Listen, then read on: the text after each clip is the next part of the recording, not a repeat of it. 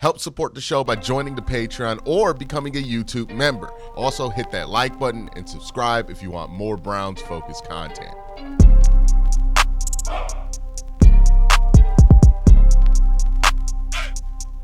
The situation in Cincinnati just keeps getting worse.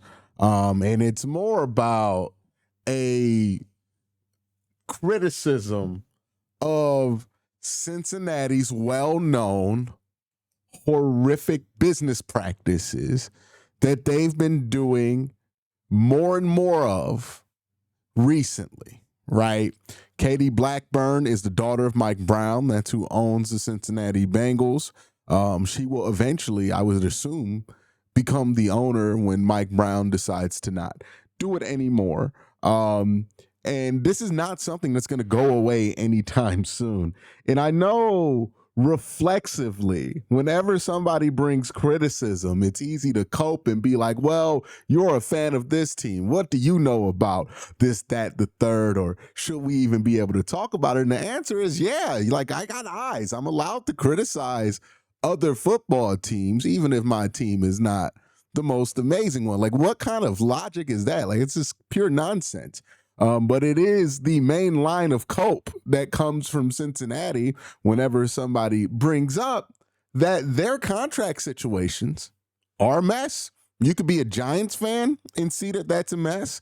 You could be a Seattle Seahawks fan and see that that's a mess. A Browns fan can see that that's a mess. A Steelers fan can see that it's a mess. Because ultimately, whatever fan base you're from or whatever team you like, doesn't mean that you don't have other experiences that make you realize what the Bengals are doing is just complete nonsense.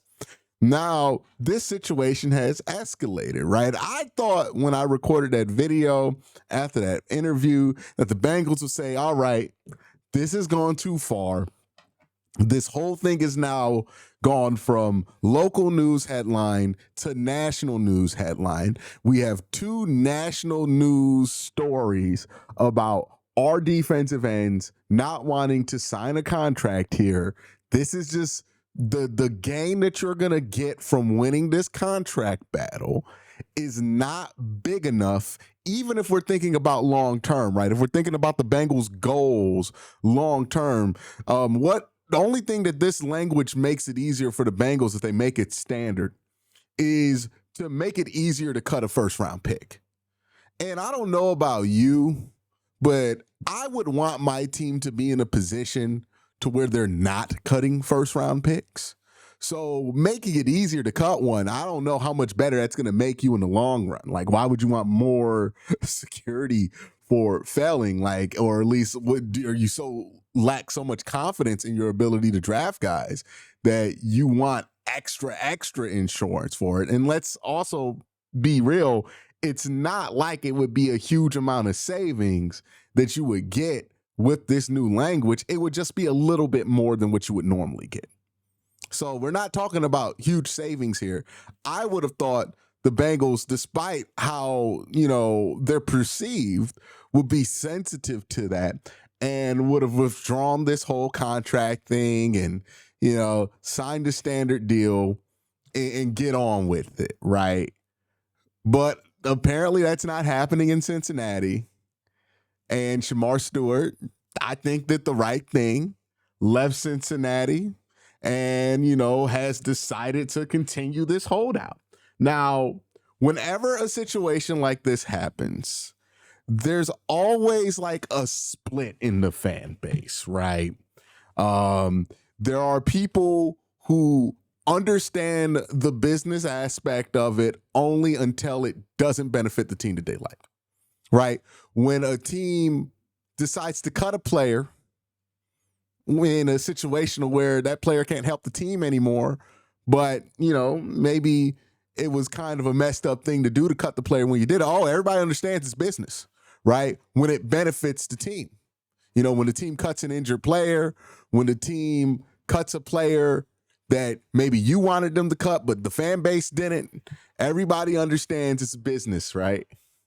But when the players remind you that this is a business, there are some people who get extremely uncomfortable about that, right?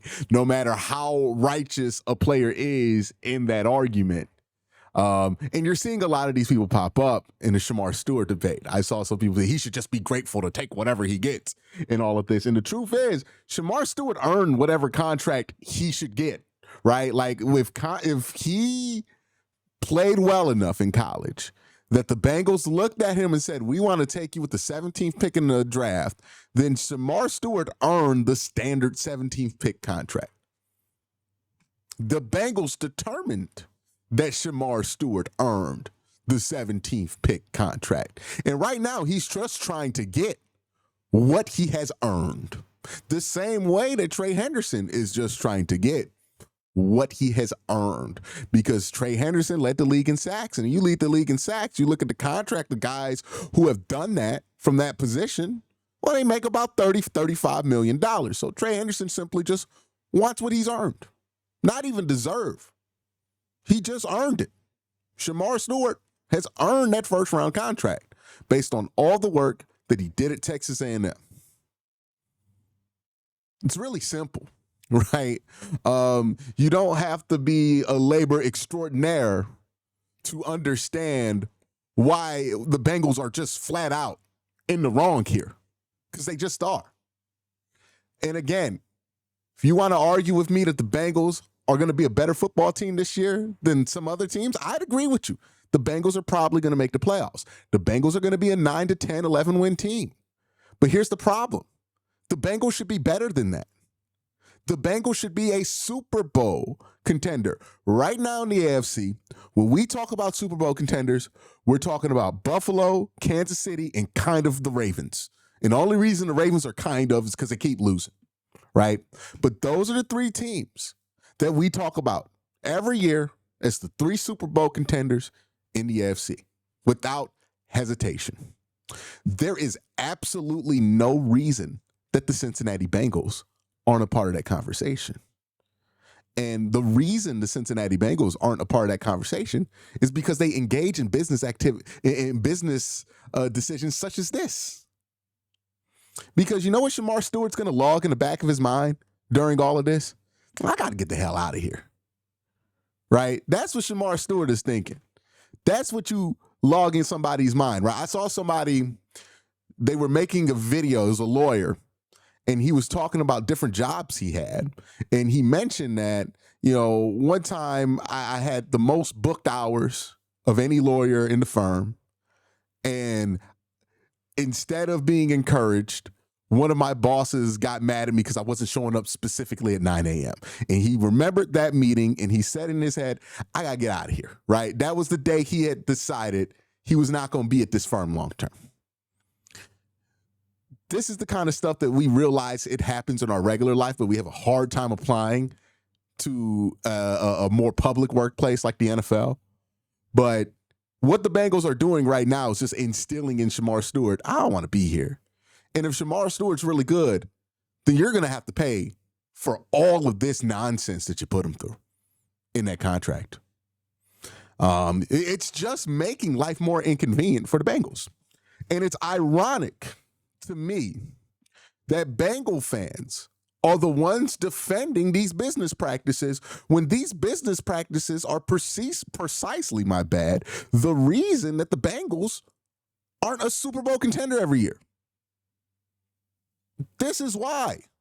If you've ever wondered why the Bengals aren't serious, this kind of stuff, they don't want to bring back DJ Reader, even though they're in the middle of a championship window. They let him go to another team that's in a championship window that gets the 1 seed in the NFC. And then you watch the Bengals this year, they can't stop anything in the middle because they don't have a 3-tech that can stop the run. Well, they did last year. It was DJ Reader. They let him go because they didn't want to pay him a little bit of money because he's 30. Like if you look at the Bengals and you look at the 2 years that they came really close to getting to the Super Bowl and winning one, they had a great defense. What did the Bengals stop spending money on? Defense the last couple of years. What have the Bengals not been good at the last few years? Defense. What has coincided with that? The fact that they haven't been in the playoffs. Like, think about that. This team has Joe Burrow, Jamar Chase, T. Higgins. That team should be a perennial. They should be dominating the AFC North right now. They should be in that perennial 3-team conversation for who's going to win the Super Bowl every year. Instead of a wild card, instead of a fun team to watch, they should be one of the teams to watch. But these business practices are what hold them back. If this were the Browns, if the Browns had Joe Burrow, if the Browns had Jamar Chase, if the Browns had T. Higgins, and we were out here nickel and diming Mason Graham over his rookie deal, I would be furious at Jimmy Haslam. I would be furious at Andrew Berry. I would want people fired. And if you watch me, you know that I don't ask for people to be fired often. But this kind of incompetence at this time is the stuff that makes stuff go down, like Joe Burrow never winning a championship with the Cincinnati Bengals. Because Joe Burrow's a championship caliber quarterback. Again, the Bengals got some talent on that team. And if they operate like this with less talent, I don't think people would care. But the reason I think people are just astonished by what Cincinnati is doing is they're holding themselves back. Shemar Stewart said in that interview, he does not believe that this is an organization that's trying to win games more than they're trying to win arguments. That's not the first time you've heard that. You've heard that from Sam Hubbard. Probably, quietly, other players have shared that sentiment.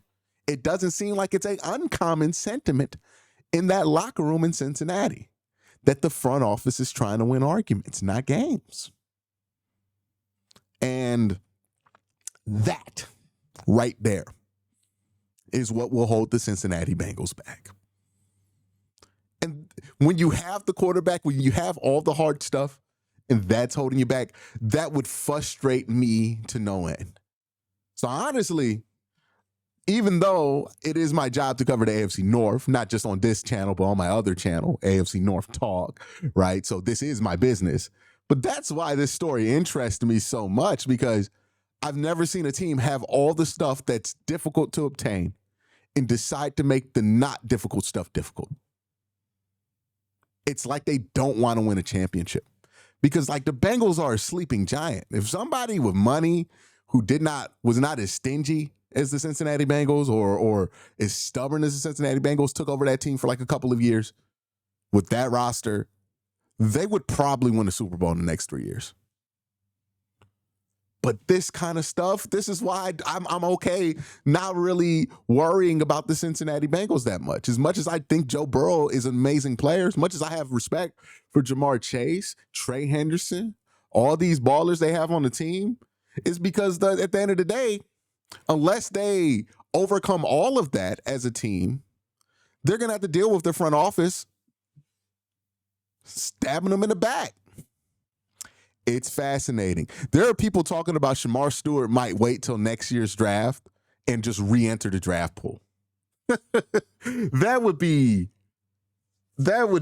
wild. I don't see it happening, but if it does, and this whole situation cost Cincinnati a first-round draft pick, I really want to know who thought it was worth it.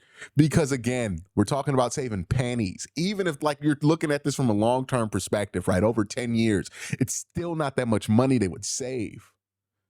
Like the contract's still going to be partially guaranteed no matter what. So it's not like they're going from like a fully guaranteed contract to a non-guaranteed contract. It's still going to be partially guaranteed. You're still going to have to put money in escrow. It makes no sense.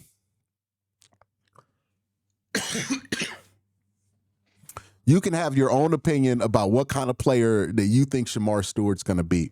But the fact is that the Cincinnati Bengals drafted him in the first round, which tells me that they want this dude to be a 2 to 3 contract player. That's 10 years. They want a 10-plus year relationship with Shemar Stewart, and they're starting it off like this.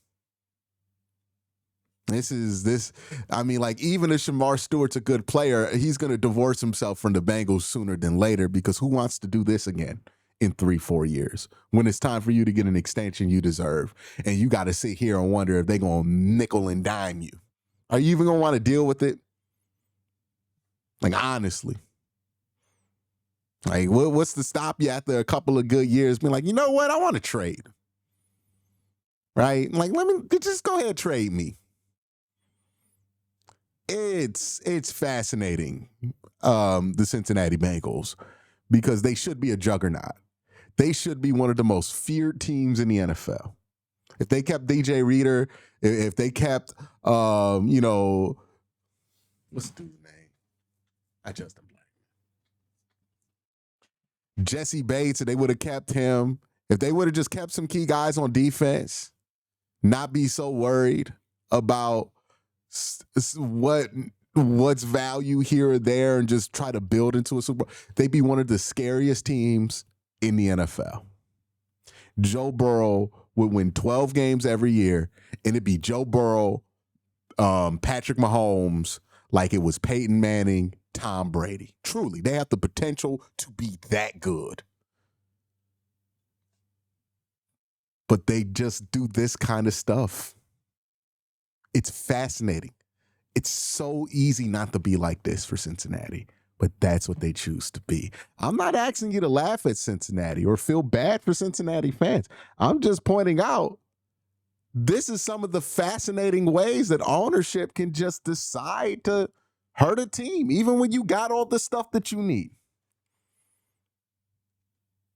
You always got to worry about that part of it. That's what I find fascinating, because this just shouldn't happen. What's going on with Trey Henderson? This shouldn't be going on. They should have signed him years ago. What's going on with Shemar Stewart? I mean, this is ridiculous. Let it go at this point. You lost the argument. He saw what you were trying to do. You tried to slide a new language in the contract. His agent caught it. And you met somebody that was as willing to stand on business about this as you were. And this is going on longer than you anticipated if you were the Cincinnati Bengals. And you should just drop it. Because the person, the entity in this situation, it costs the least to let go is you. You lose nothing if you let this go if you're Cincinnati. Right? You lose nothing. So what is the whole purpose of this? Is it just stubbornness? Is this how they're going to operate? It's fascinating. It's fascinating. Cincinnati should be one of the most dominant teams in the NFL. They continue to do stuff like this that takes them out that tier. And it boggles my mind. But y'all have a great day. Have a better night. Peace.